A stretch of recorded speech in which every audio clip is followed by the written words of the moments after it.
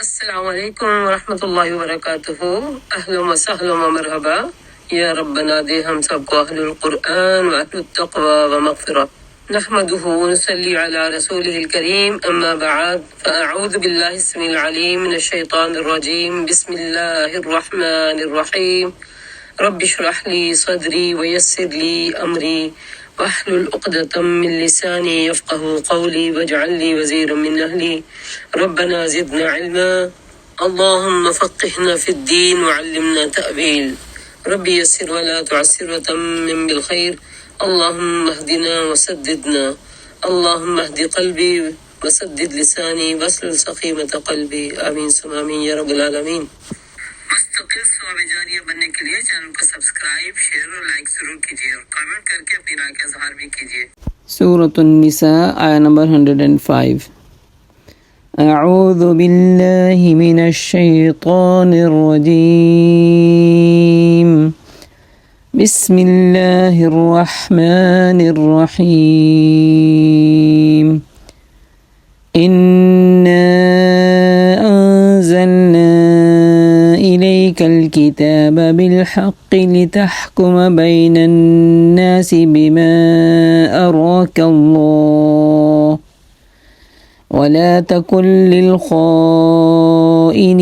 خصيما واستغفر الله إن الله كان غفورا رحيما۔ اے نبی صلی اللہ علیہ وسلم نے یہ کتاب حق کے ساتھ تمہاری طرف نازل کی ہے تاکہ جو راہ راست اللہ نے تمہیں دکھائی ہے اس کے مطابق لوگوں کے درمیان تم فیصلہ کرو۔ تم بددیانت لوگوں کی طرف سے جھگڑنے والے مت بنو، یعنی یہ خائن ہوتے ہیں نا، خیانت کار لوگ، ان کی طرف سے آپ کہتے ہیں نا وکیل نہ بنے۔ اللہ سے درگزر کی درخواست کرو، وہ بڑا رحم کو درگزر کرنے والا اور رحیم ہے۔ جو لوگ اپنے نفس سے خیانت کرتے ہیں تم ان کی حمایت مت کرو۔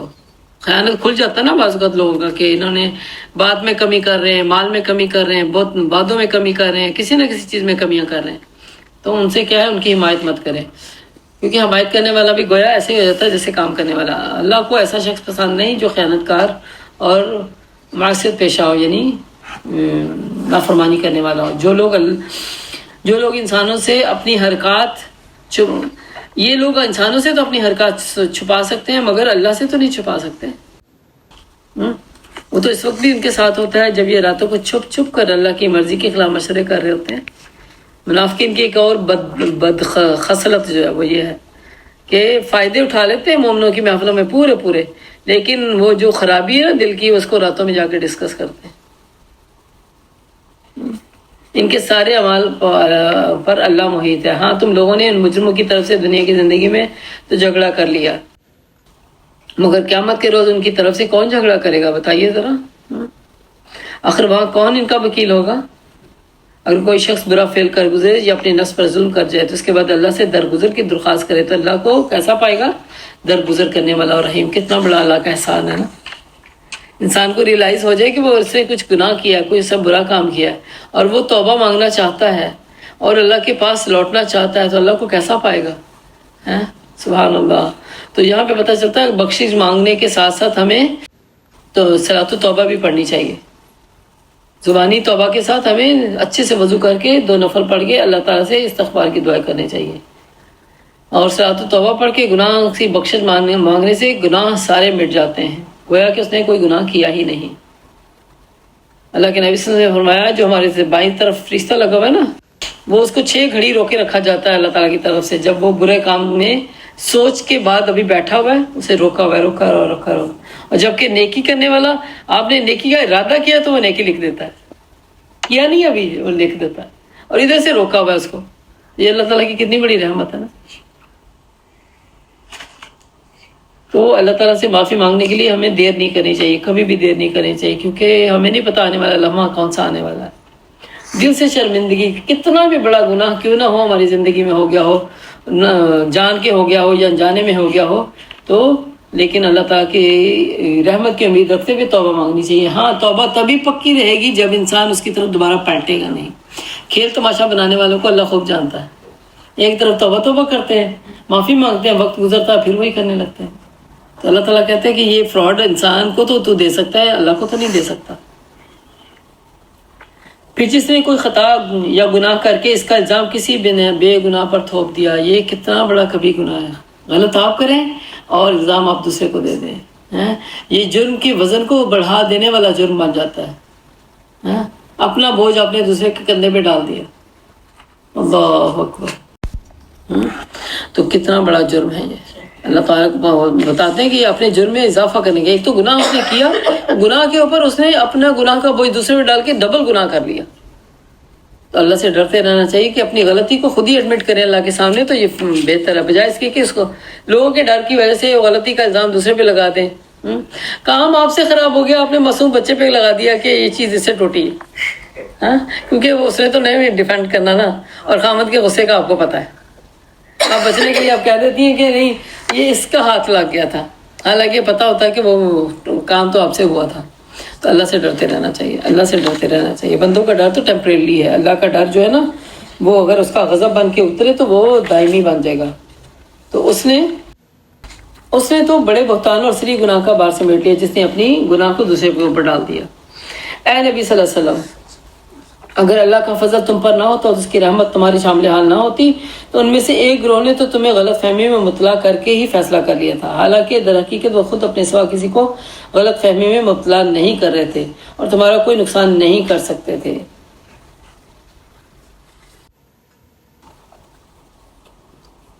اللہ نے تم پر کتاب اور حکمت نازل کی ہے اور تم کو وہ کچھ بتایا جو تمہیں معلوم نہیں تھا، اس کا بہت بڑا فضل ہے آپ پر۔ آپ کے قلب مبارک پر قرآن اتارا اور آپ کو اس سے پہلے بالکل ناواقف تھے، نہیں پتا تھا یہ قرآن کیا ہے اور اللہ کی کتاب کیا ہوتی ہے، اور اس کے ذریعے سے آج ہمارے لیے کتنی بڑی رہنمائی دے دی ہے، کھلی کتاب دے دی ہے پاس ہونے کے لیے۔ لوگوں کی خفیہ سرگشیوں میں اکثر و بیشتر لوگ کوئی بھلائی نہیں ہوتی۔ اب یہ ہے لا خیر فی کثیر من نجواہم، محفل میں سرگوشی کرنا منع کر دیا گیا ہے، مگر جائز ہے تو صرف 2-3 کاموں میں، جیسے نیکی کا کام کرنا ہو تو سرگوشی کر سکتے ہیں، اصلاح صلح کا کام کرنا ہو تو سرگوشی کر سکتے ہیں، کسی کو صدقہ ودقہ دینا ہو تو اس میں سرگوشی کر سکتے ہیں۔ مثلا آپ کسی محفل میں بیٹھے ہوئے ہیں، آپ کو پتہ چل گیا کہ وہ ایک ایسا انسان آیا جس سے آپ نے وعدہ کیا ہوا تھا کہ آپ اس کو کچھ دیں گے، اب اس کو بھی اچھا نہیں لگتا کہ آپ اس کے سامنے لوگوں کے سامنے اپنے بیٹے کو کہے فلاں میں نے میری قبر سے نکال کے ان کو ذرا دے دو، دیکھیں نا اس کی عزت بھی مجروح ہوئی، اور آپ نے اپنے ساتھ اتنے لوگوں کو بھی بتا دیا۔ اب اس سے پھر کیا کرتے ہیں، اسپیشل اپنے بچے کو چھوٹا سا بلا کے کان میں تھوڑا وسپر کر دیتے ہیں کہ چپکے سے جا کے نا وہاں سے نکال کے جو لفافہ پڑا ہوا ہے ان کو دے دو۔ تو آپ اٹھ بھی نہیں سکتے اس محفل سے کیونکہ مین ذمہ داری میں آپ پڑے ہیں، لیکن اتنی بات وسپر کر کے کہہ دیتے ہیں، تو ایسے میں کوئی مذاق کرے، لیکن جو کانا پھوسی کرنا ہے نا وہ دوسروں کو تکلیف دینے کا ذریعہ بنتا ہے۔ ایویں بلا وجہ 3 لوگ بیٹھے ہوئے، 2 چپ چپ کے چپ کر رہے ہیں کچھ، اور تیسرا بیچارہ بیچ میں سے جو کہتے ہیں نا آکورڈ فیل کر رہا ہے، وہ سمجھ رہا ہے، اس کو پھر لامحالہ یہ سمجھ آتی ہے کہ میری شاید برائی کر رہے ہیں، میری کوئی چیز انہیں اچھی نہیں لگی، اسی کو ڈسکس کر رہے ہیں۔ اور بعض اوقات آپ آنکھوں سے بھی پہچان لیتے ہیں، اور سم ٹائم باتیں کرتے کرتے تھوڑا آپ کو بھی دیکھتے ہیں، تو اس میں تو اور بھی شک جو پکا ہو جاتا ہے کہ لگتا ہے آپ ہی کی گمراہی کر رہے ہیں، اور آپ پھر اپنا ذرا تھوڑا ٹھیک ٹھوک کرنے لگ جاتے ہیں کہ پتہ نہیں کوئی چیز آکورڈ لگ رہی ہے جو یہ دیکھ کے لگے ہوئے باتیں کرنے۔ تو اس کو اللہ نے منع کیا ہے، مگر بھلائی کے کاموں میں کر سکتے ہیں۔ ہاں اگر کوئی پوشیدہ طور پر صدقہ خیرات کی تلقین کرنی ہو یا کسی نیک کام کے لیے لوگوں کے معاملات میں اصلاح کرنی ہو، یہ دیکھو وہی 3 کام آگے جو بتائے گئے، کسی سے کچھ کہے تو یہ البتہ بھلی بات ہے، جو کوئی اللہ کی رضا جوئی کے لیے ایسا کرے گا اسے ہم بڑا اجر عطا کریں گے، مگر جو شخص رسول کی مخالفت پر کمر بستہ ہے، اہل ایمان کی روش کے سوائے کسی اور روش پر چلے، حالانکہ اس پر راہ راست واضح ہو چکی ہو، تو اس کو ہم اپنی طرف چلائیں گے جدھر وہ خود پھر گیا۔ وَمَن يُشَاقِقِ الرَّسُولَ مِن بَعْدِ مَا تَبَيَّنَ لَهُ الْهُدَىٰ وَيَتَّبِعْ غَيْرَ سَبِيلِ الْمُؤْمِنِينَ نُوَلِّهِ مَا تَوَلَّىٰ وَنُصْلِهِ جَهَنَّمَ وَسَاءَتْ مَصِيرًا، تو اس کا ٹھکانہ کہاں ہوگا؟ جہنم میں جھونکیں گے، اور بدترین ٹھکانہ ہے۔ اللہ اکبر۔ حقیقت یہاں پہ یہ پتہ چلتا ہے کہ اس آیت کے بارے میں امام شافعی کہتے ہیں کہ میں نے 300 مرتبہ اس آیت کو پڑھا، تب جا کے ایک حکم کی جو میں نے علت نکالنا چاہتا تھا تو وہ مجھے سمجھ آیا، اجماع کے طور پہ جو کہتے ہیں حکم کو ثابت کرنا چاہتا تھا، 300 دفعہ پڑھنے کے بعد مجھے سمجھ آیا۔ اس کا کیا مطلب ہے کہ ظاہری قرآن ذکر کے لیے پڑھنا ٹھیک ہے، ثواب ہے، لیکن غور و فکر ایسے نہیں ہوتا. غور و فکر کے لیے علماء کو استنباط کرنا پڑتا تھا. استنباط کرنا وہ ہوتا ہے جس طرح وہ ڈگنگ کرتے ہیں نا پانی نکالنے کے لیے، کتنی مٹی کی لیئر نکال ہوتے تب جا کے کہیں پانی نکلتا ہے. تو یہ اسی طرح قرآن کے اوپر کتنا ہم غور و فکر کریں تب جا کے ہمیں وہ اصل پتہ چلے گا کہ اللہ تعالیٰ کیا چاہتے ہیں. تو اسی طرح علماء کا جو غور و فکر ہے وہ بہترین نیکیوں کو سمیٹنے والا ذریعہ بن جاتا پبلک کے لیے بھی، کیونکہ ان کے غور و فکر کی وجہ سے وہ موتی گھونگے انہوں نے نکال کے ہمارے سامنے رکھ دیے ہیں کہ ہمیں اب وہ اتنی ڈیپتھ میں ڈگنگ نہیں کرنی پڑ رہی کہ ہمیں باتیں سمجھ آ رہی ہیں. ان کے غور و فکر کرنے کی وجہ سے سمجھ آ رہی ہیں، جنہوں نے تشریح کرتے ہوئے ہمارے لیے وہ موتی گھونگے نکال کے رکھ دیے. سبحان اللہ. تو اسی طرح ابو ہریرہ کے داماد کہتے ہیں، اسی طرح یہاں سے پتہ چلتا ہے کہ نیکی کے کاموں میں فل کمٹمنٹ کو شو کرنا انسان کی جو ہے نا اصل اسٹرینتھ ہے. یہ نہیں کہ آج کر لیا کل چھوڑ لیا، آج جوش میں تھے بس وعدہ کر لیا اس کے بعد چھوڑ دیا، رمضان بہت اچھے مسلمان بن گئے اس کے بعد چھوڑ دیا. نہیں، ایسا نہیں. اب اس کے بارے میں مثال آتی ہے، سیدنا ابو ہریرہ کے داماد تھے سعید بن مسیب، وہ کہتے ہیں کہ میں نے 30 سال فجر کی نماز میں پہلی تکبیر کبھی مس نہیں کی. 30 ایئر فجر کی نماز میں پہلی تکبیر اللہ اکبر کبھی مس نہیں کی. اس سے پہلے مسجد میں ہوتا تھا. مسجد کی نماز ہمارے بچے گھروں میں پڑھ لیں تو ہم اسی پہ خوش ہیں کہ اللہ ان کو نماز کی توفیق دے رہی ہے تو نے، لیکن ہماری دعا ہے کہ اللہ پاک ان کو مسجد کے نمازی بنا دے. مرد کے لیے تو نماز ہی مسجد میں ہے. مرد کے نماز مسجد جو ہے وہ مرد کی ایک جگہ تھی نماز پڑھنے کے لیے. اسی طرح ایک اور امام ہے امام ربیعہ، وہ کہتے ہیں کہ جو امام مالک کے استاد بھی تھے کہ فقہ میں بہت بڑے امام مانے بھی جاتے تھے کہ 40 سال میں نے اپنی تکبیر اولیٰ کبھی مس نہیں کی. اللہ اکبر. تو ہم اپنا حال دیکھیں ذرا، ہم کدھر کھڑے ہیں.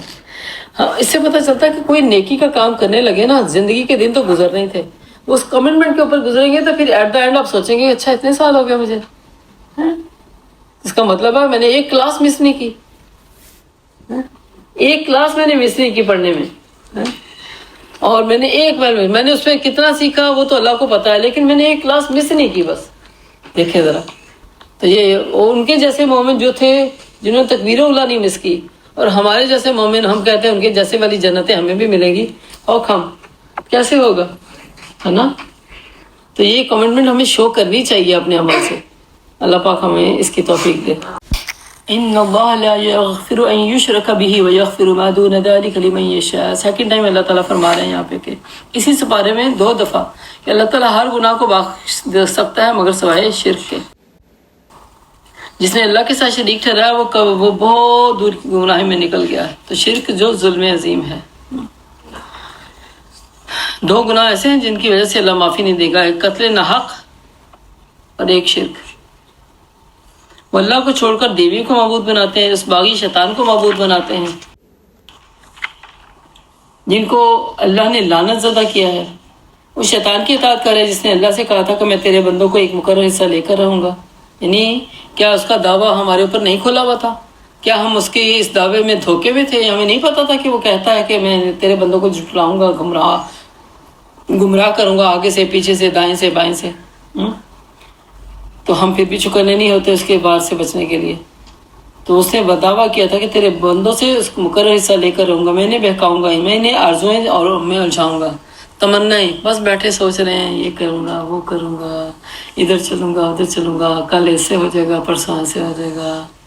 دن گزر گیا اور وہ کامیاب ہو گیا اور ہم زیرو پہ کھڑے رہ گئے. ہم وہی سوچتے رہ گئے کہ ہم پلاننگ ہی کرتے رہ گئے، تمنائیں خواہشات ہی بس. تو لمبی تمنائیں کرنے والوں کے دل سخت ہو جاتے ہیں، وہ کام کرنے کے قابل نہیں رہتے. اور میں انہیں حکم دوں گا کہ وہ میرے حکم سے جانوروں کے کان پھاڑیں گے.